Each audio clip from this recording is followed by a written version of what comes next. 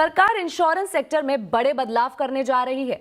इसके लिए आज लोकसभा में सबका बीमा सबकी रक्षा बिल 2025 पेश कर दिया गया है। इस बिल में क्या कुछ खास है, जानने के लिए चलते हैं लक्ष्मण रॉय के पास। लक्ष्मण जी, इस बिल की अहम बात क्या है आखिर? देखिए, वैसे बिल में तो करीब 70 से ज़्यादा बदलाव किए जा रहे हैं। तीनों बिल में, इंश्योरेंस अमेंडमेंट बिल हो, LIC एक्ट हो या फिर IRDA एक्ट हो, लेकिन इसमें 3 महत्वपूर्ण बदलाव हैं। सबसे महत्वपूर्ण बदलाव कि सरकार ज़्यादा से ज़्यादा पैसा इंश्योरेंस सेक्टर में लाने के लिए, ज़्यादा लोगों तक इंश्योरेंस की पहुँचाने के लिए FDI की सीमा 74% से बढ़ा करके 100% करने जा रही है। यानी 100% तक विदेशी निवेश आ सकता है, जिसमें इक्विटी शेयर भी होगा, पोर्टफोलियो इन्वेस्टमेंट भी होगा। दूसरा जो बड़ा बदलाव किया जा रहा है वो ये है कि अगर कोई नॉन इंश्योरेंस सेक्टर की कंपनी है और एक इंश्योरेंस सेक्टर की कंपनी, तो दोनों आपस में मर्ज हो सकती हैं, दोनों आपस में मिल सकती हैं। इसकी भी छूट दी जाएगी। इसके लिए IRDA अपनी एक खास कायदे कानून स्कीम लाएगी, जिसके तहत कोई भी नॉन इंश्योरेंस सेक्टर की कंपनी और इंश्योरेंस सेक्टर की कंपनी के बीच में मर्जर हो सकता है। तीसरी जो महत्वपूर्ण बात है, आम लोगों के लिए काफ़ी काम की बात है, वो ये है कि इंश्योरेंस पॉलिसी बेचते वक्त जो कमीशन दिए जाते हैं एजेंट को, जो वाउचर दिया जाता है, इन सब की एक अधिकतम सीमा तय कर दी जाएगी। अधिकतम सीमा क्या होगी, इसके लिए एक फ्रेमवर्क तैयार करेगा IRDA और फिर उसके हिसाब से अधिकतम सीमा तय करने का अधिकार IRDA को दे दिया जाएगा। तो ये 3 जो है बड़े बदलाव यहाँ पे किए जा रहे हैं। शुक्रिया लक्ष्मण जी इस पूरी जानकारी के लिए। कृषि मंत्री शिवराज सिंह चौहान ने मनरेगा की जगह नया बिल विकसित भारत जी राम जी लोकसभा में पेश कर दिया है। इस बिल के पेश होने के बाद कांग्रेस की तरफ से इसका विरोध हुआ। कांग्रेस नेता प्रियंका गांधी ने मनरेगा का नाम बदलने पर आपत्ति जताई। प्रियंका गांधी ने लोकसभा में बिल वापस लेने की मांग की है और कहा विधेयक को स्थायी समिति में भेजा जाए। प्रियंका गांधी ने आगे कहा कि नया बिल संविधान की मूल भावना के खिलाफ है। इस बिल के पेश होने के बाद संसद के अंदर और बाहर विपक्ष ने हंगामा किया। विपक्ष ने बिल के विरोध में वॉकआउट भी किया। इसके बाद सदन के बाहर गांधी मूर्ति के पास विपक्ष के सभी सांसद इकट्ठा हुए और विरोध प्रदर्शन किया। 125 दिन की गारंटी है, गारंटी ये कहीं पर कमजोर नहीं हुई। उस गारंटी को हम पूरा करेंगे, गांव का संपूर्ण विकास भी करेंगे और कृषि और मजदूरी दोनों में संतुलन स्थापित करने का काम करेंगे। इसलिए माननीय अध्यक्ष महोदय, ये पूरा बिल महात्मा गांधी जी की भावनाओं के अनुरूप है, राम राज की स्थापना के लिए है। बहुत बहुत धन्यवाद। राष्ट्रीय एक ही विधेयक को पुनर्स्थापित करने की अनुमति प्रदान की जाए। जो सदस्य इसके पक्ष में हाँ गए, जो सदस्य विरोध में ना गए, मेरे विचार में निर्णय हाँ वालों के पक्ष में हुआ, हाँ वालों के पक्ष में हुआ। अनुमति प्रदान की जाती है। माननीय मंत्री जी विधेयक को पुनर्स्थापित करें। माननीय अध्यक्ष महोदय, मैं विधेयक को पुनर्स्थापित करता हूं। सभा की कार्रवाई। वहीं कांग्रेस नेता प्रियंका गांधी ने मनरेगा में बदलाव पर आपत्ति दर्ज कराई। के लिए जितने पैसे जहां भेजने हैं, कितने भेजने हैं, वह जमीनी परिस्थितियों पर आधारित होता है और मांग के आधार पर निर्धारित होता है। सर, इस विधेयक की अनुसूची 1 में उपनियम 4(1) और 4(2) द्वारा केंद्र को इजाजत दी गई है कि वे पहले से ही निर्धारित कर लें कि कितनी पूंजी कहां भेजी जाएगी। इससे संविधान के 73वें संविधान संशोधन को नजरअंदाज किया जा रहा है। सर, ये विधेयक वापस लिया जाना चाहिए। इसके बदले में सरकार को एक नया विधेयक पेश करना चाहिए। गहन जांच पड़ताल और व्यापक चर्चा के लिए इसे कम से कम स्थायी समिति के पास भेजा जाना चाहिए और कोई विधेयक किसी की निजी महत्वाकांक्षा, सनक और पूर्वाग्रहों के आधार पर न तो पेश होना चाहिए और न ही पास होना चाहिए। साथ ही मनरेगा योजना की जगह विकसित भारत जी राम जी बिल 2025 पेश किए जाने पर समाजवादी पार्टी के प्रमुख अखिलेश यादव ने निशाना साधा है। उन्होंने कहा है कि नाम बदलने से कोई बहुत बड़ा काम नहीं होने वाला है। राजनीति और स्कीम इसलिए होनी चाहिए जिससे जनता को लाभ पहुंचे। मनरेगा से बहुत से लोग, मजदूरों को काम मिलता था। आज की महंगाई में मानदेय कैसे बढ़े और इस स्कीम से किसान को कैसे जोड़ा जाए जिससे किसान को भी लाभ पहुंचे। स्कीम तब अच्छी होती जिससे किसान भी जुड़ जाता। आखिर किसान को भी हाथ चाहिए होते काम अपना पूरा करने के लिए, और फिर आप पूरा भार स्टेट गवर्नमेंट पे डाल दोगे, स्टेट सेंटर पे डालेगी। अभी बहुत सारी स्टेट्स को पैसा ही नहीं मिला है मनरेगा का। नाम बदलने से कोई बहुत बड़ा काम नहीं होने वाला है। दिल्ली की सरकार अब यूपी की सरकार की नकल कर रही है। सबसे ज्यादा नाम बदलने का रिकॉर्ड अगर किसी ने बनाया है तो यूपी की सरकार ने। मुझे लगता है अभी तक तो दिल्ली से यूपी वाले सीखते थे, अब यूपी वाले दिल्ली वालों को सिखा रहे हैं।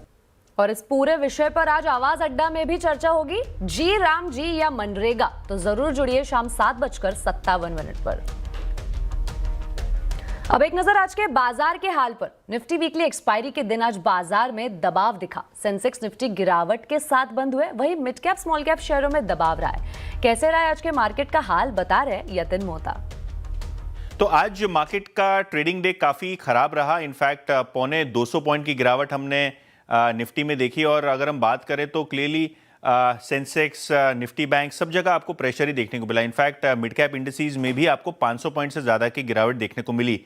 सबसे पहले अगर हम बात करें निफ्टी गेनर्स की, तो यहाँ काफ़ी कम गेनर्स थे, जिनमें से ऑब्वियसली बजाज ऑटो और भारती एयरटेल बाजार को लीड कर रहे थे। इसके अलावा टाइटन और बजाज ऑटो और टाटा कंज्यूमर जैसे काउंटर्स में भी 1% तक की तेजी देखने को मिली। अगर हम लूजिंग साइड पे जाएं तो एक्सिस बैंक क्लियरली आज एक बड़ा accident of the day, net interest margin का इन्होंने गाइडेंस घटाया, जिसके बाद स्टॉक में लगभग 5% का डिक्लाइन।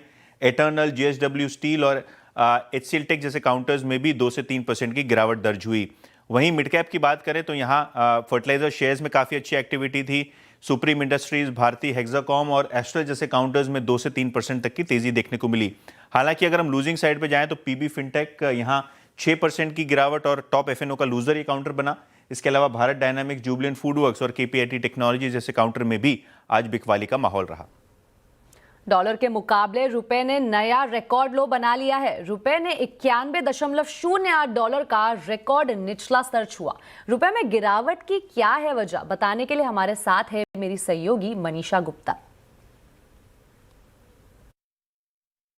जी हाँ, एक और दिन और एक नया रिकॉर्ड लो हमने यहाँ पर रुपए में बनता हुआ देखा है, जहाँ पर 91 के स्तर भी यहाँ पर अब छूटते हुए नजर आए हैं। पिछले 10 दिन की बात की जाए तो 90 से 91 का सफ़र यहाँ पर रुपए ने तय किया है, और पिछले 5 दिन की अगर बात की जाए तो करीब हमने यहाँ पर 1% की गिरावट यहाँ पर रुपए में आते हुए देखी है। तो क्लियरली काफ़ी गिरावट है, और उसके 3-4 मेजर फैक्टर्स हैं। एक तो ये कि ज़ोरदार बिकवाली यहाँ पर फॉरेन इन्वेस्टर्स की तरफ से बनती हुई नजर आई है, जो नेट सेलर्स हैं।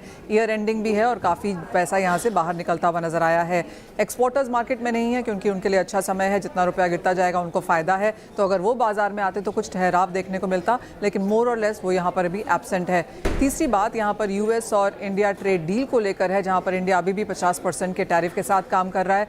एंड जब तक ये डील नहीं क्लियर होती है, जब तक कोई पॉजिटिव खबर वहाँ से नहीं आती है, रुपए में शायद गिरावट बनी रह सकती है। और चौथी बड़ी चीज़ ये है कि बाजार यहाँ पर मान रहा है कि आरबीआई एकदम एब्सेंट है। 1-2 बार ही हमने बहुत बड़ी डिफेंडिंग यहाँ पर आरबीआई की तरफ से या इंटरवेंशन आते हुए देखी है। उसके अलावा बहुत ज़्यादा उनकी प्रेजेंस फील नहीं हुई है। तो जो रुपया गिर रहा है उसमें कोई बहुत बड़ी अटकल नहीं है। इस वजह से भी यहाँ पर रुपए में मंदी और गहराती हुई नजर आई है। रुपया 2022 के बाद इतना ज़्यादा गिरा है। रुपया एशिया मार्केट्स की वर्स्ट परफॉर्मिंग करेंसी भी है। ऑलमोस्ट 6% की गिरावट के साथ फिलहाल यहाँ पर रुपए में कारोबार है, और ज़्यादातर बैंक ये भी मानते हैं कि यहाँ पर 92 तक के लेवल भी एक पॉसिबिलिटी है। जब करेक्शन आएगी, कोई अच्छी खबर आएगी, तो तब एक यहाँ पर थोड़ा सा रिट्रेसमेंट आता हुआ देखेंगे। लेकिन वो भी क्योंकि अब रुपया इतना ज़्यादा गिर चुका है, तो 89.5, 88, 80 तक के लेवल्स यहाँ पर देखने को मिल पाएंगे। लेकिन नियर टर्म में आने वाले एक हफ्ते 10 दिन में अनलेस कोई बहुत बड़ी खबर आती है या आरबीआई बहुत बड़े तरीके से आता है, कुछ और गिरावट की एक्सपेक्टेशन रुपए में मान के जा सकते हैं।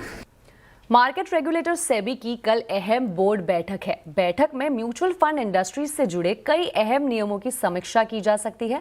टोटल एक्सपेंस रेशियो और ब्रोकरेज पर लिमिट पर भी चर्चा हो सकती है। मीटिंग में स्टॉक ब्रोकर से जुड़े प्रावधानों और आईसीडीआर फ्रेमवर्क में बदलाव जैसे मुद्दों पर भी चर्चा संभव है। इसी के साथ कारोबार को आसान करना और रिटेल निवेशकों की भागीदारी बढ़ाने पर भी मीटिंग में चर्चा होगी। अगली खबर में बात वेदांता की। लंबे इंतजार के बाद वेदांता के डीमर्जर को एनसीएलटी की मंजूरी मिल गई है। अब कंपनी अपने कारोबार का 6 नई कंपनियों में बंटवारा करेगी, यानी जल्द ही डीमर्जर की प्रक्रिया शुरू करेगी। पूरी खबर डिटेल्स के साथ बता रहे हैं असीम मनचंदा। वेदांता ने साल 2023 में डीमर्जर की घोषणा की थी। कंपनी का प्लान था कि उसका जितना भी कारोबार है उसको 6 कंपनियों के अंदर उसका बंटवारा कर देगी। वेदांता जो होल्डिंग कंपनी है उसके पास सिर्फ बेस मेटल का कारोबार रहेगा, बाकी एल्युमिनियम, जिंक, पेट्रोलियम का जितना भी कारोबार है वो अलग अलग कंपनी के अंदर ट्रांसफर हो जाता है और इससे जो शेयर होल्डर्स हैं उनके लिए एक नई वैल्यू अनलॉक होती। लेकिन लंबे इंतजार के बाद भी इसको मंजूरी नहीं मिली थी। सेबी ने भी इस डीमर्जर स्कीम का विरोध किया और उसके साथ साथ जो पेट्रोलियम मंत्रालय उसने भी स्कीम का विरोध किया। एनसीएलटी में उस पूरे मामले की सुनवाई हुई। 12 नवंबर को एनसीएलटी ने इस पर अपना फैसला सुरक्षित रख लिया था। आज एनसीएलटी ने अपना फैसला सुनाया। कुछ शर्तों के साथ एनसीएलटी ने डीमर्जर की मंजूरी दे दी है। कंपनी ने इस पूरी प्रक्रिया का स्वागत किया है। कंपनी का कहना है कि इससे जो शेयर होल्डर्स हैं उनके लिए एक नई वैल्यू अनलॉक हो सकेगी। कंपनियों के लिए अलग अलग कैपिटल स्ट्रक्चर उनको मिल सकेगा और कंपनी अब अपनी जो डीमर्जर की प्रोसेस है उसको आगे बढ़ाएगी। एक्सपोर्ट प्रमोशन पैकेज के तहत सीज एक्सपोर्टर्स को टैक्स के मोर्चे पर बड़ी राहत मिल सकती है। सूत्रों के मुताबिक वित्त मंत्रालय जल्द ही एक्सपोर्टर्स को ड्यूटी फॉरगॉन बेसिस पर घरेलू बाजार में प्रोडक्ट्स बेचने की इजाजत दे सकती है। यानी जिस तरह से सीज से एक्सपोर्ट करने पर रॉ मटेरियल पर इंपोर्ट ड्यूटी से छूट मिलती है, वही छूट घरेलू बाजार यानी डोमेस्टिक टैरिफ एरिया में भी प्रोडक्ट बेचने पर मिल सकेगी। डिटेल्स लेते हैं आलोक प्रियदर्शी से। आलोक जी, क्या पूरा प्रस्ताव है और इसका क्या असर होगा? बिल्कुल, देखिए, एक्सपोर्ट प्रमोशन पैकेज के तहत एसीजेड यानी कि स्पेशल इकोनॉमिक जोन के जितने भी एक्सपोर्टर्स हैं उन्हें टैक्स के मोर्चे पर बड़ी राहत मिल सकती है। सीएनबीसी आवाज को सूत्रों से जानकारी मिली है कि ड्यूटी फॉरगॉन बेसिस के आधार पर उन्हें डीटी यानी कि डोमेस्टिक टैरिफ एरिया में एक्सेस की इजाजत मिल सकती है। इसका मतलब यह हुआ कि वो इंपोर्ट ड्यूटी पर छूट लेकर घरेलू मार्केट में अपने प्रोडक्ट को जीएसटी न्यूट्रल रेट पे बेच सकेंगे और दूसरे जो लोकल मैन्युफैक्चरर्स हैं उनके साथ वो compete कर सकेंगे। दरअसल इस प्रपोजल को वाणिज्य मंत्रालय ने काफी समय पहले वित्त मंत्रालय के पास भेजा था, लेकिन इस पर जो हमें जानकारी मिल रही है कि वित्त मंत्रालय की तरफ से एक तरह से सहमति मिल चुकी है और जल्द ही इसका नोटिफिकेशन जारी हो सकता है। तो पूरे एक्सपोर्ट प्रमोशन को बढ़ावा देने के लिए सरकार खासतौर से डोमेस्टिक, खासतौर से एसीजेड में यानी कि स्पेशल इकोनॉमिक जोन में मैन्युफैक्चरिंग की रफ्तार बढ़ाना चाहती है और साथ ही साथ जो एम्प्लॉयमेंट है उसको भी बढ़ाना चाहती है। इसलिए इस ड्यूटी फॉरगॉन बेसिस के आधार पर एसीजेड के एक्सपोर्टर्स को इस तरह की टैक्स के मोर्चे पर राहत मिल सकती है। दिल्ली में आज सुबह भी घना कोहरा रहा। हालांकि एक्यूआई में मामूली सुधार देखने को मिला है, लेकिन कम विजिबिलिटी की वजह से कई फ्लाइट्स और ट्रेन रद्द हुई है। दिल्ली एनसीआर में आज के मौसम का हाल बता रहे रोहन सिंह। जी, आज मामूली सुधार दिखा है दिल्ली के औसत एक्यूआई में। इस वक्त जो हम बात कर रहे हैं 378 औसत एक्यूआई है, जो कि बहुत खराब की श्रेणी में आता है।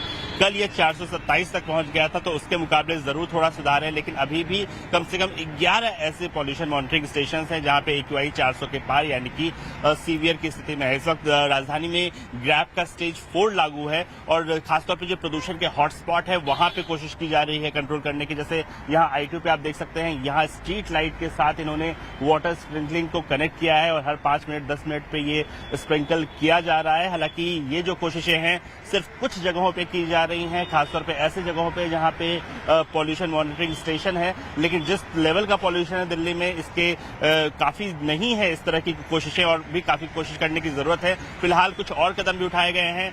दिल्ली में जो कक्षा 10वीं और 12वीं को छोड़ दिया जाए तो सभी क्लासेस को हाइब्रिड मोड पे करने की सलाह दी गई है।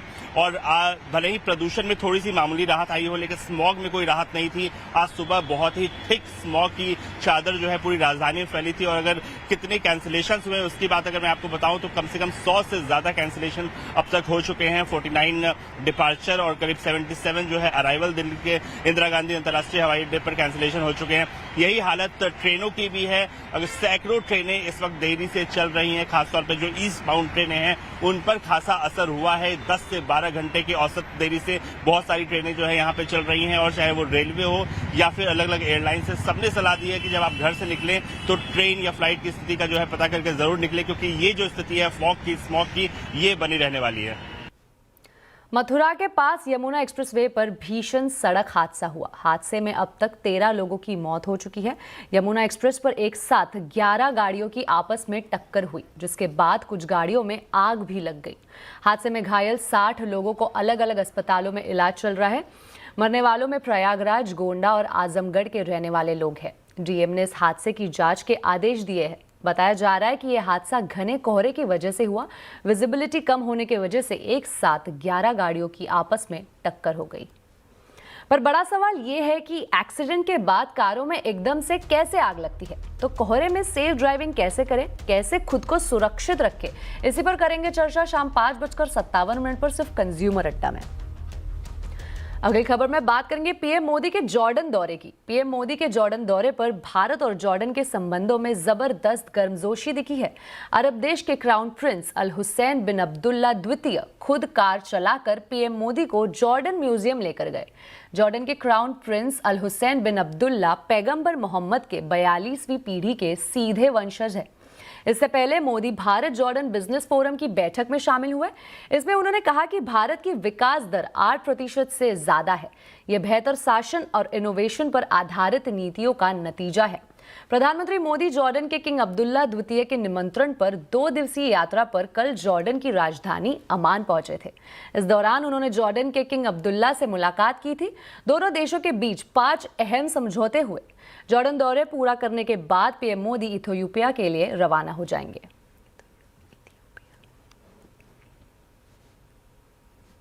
अब बात आईपीएल ऑक्शन की। आईपीएल 2026 सीजन के लिए मिनी ऑक्शन जारी है। अबू धाबी के एतिहाद एरिना में इसका आयोजन किया जाएगा। 10 फ्रेंचाइज में कुल 77 स्लॉट खाली है। केकेआर के खाते में 25 करोड़ में आए कैमरून ग्रीन अब आईपीएल इतिहास के सबसे महंगे विदेशी खिलाड़ी बन गए हैं। तो वही साउथ अफ्रीका के दिग्गज बल्लेबाज डेविड मिलर को दिल्ली कैपिटल्स ने 2 करोड़ रुपए में खरीद लिया है। ऑक्शन में विकेटकीपर और बल्लेबाजों की बोली दिलचस्प रही है। फिन एलन को कोलकाता नाइट राइडर्स ने 2 करोड़ रुपए में खरीदा, जबकि क्विंटन डिकॉक को मुंबई इंडियंस ने 1 करोड़ रुपए में अपने साथ जोड़ लिया। दिल्ली कैपिटल्स ने बेन डेकेट पर 2 करोड़ रुपए खर्च किए। वहीं John Bairstow, KS Bharat, Rahmanullah Gurbaz और जेमी स्मिथ जैसे नामचीन खिलाड़ी इस बार अनसोल्ड रह गए। आवाज समाचार में अभी के लिए इतना ही। आप देखते रहे सीएनबीसी आवाज और अपडेटेड रहे खबरों पर हमारे सोशल मीडिया हैंडल्स के जरिए।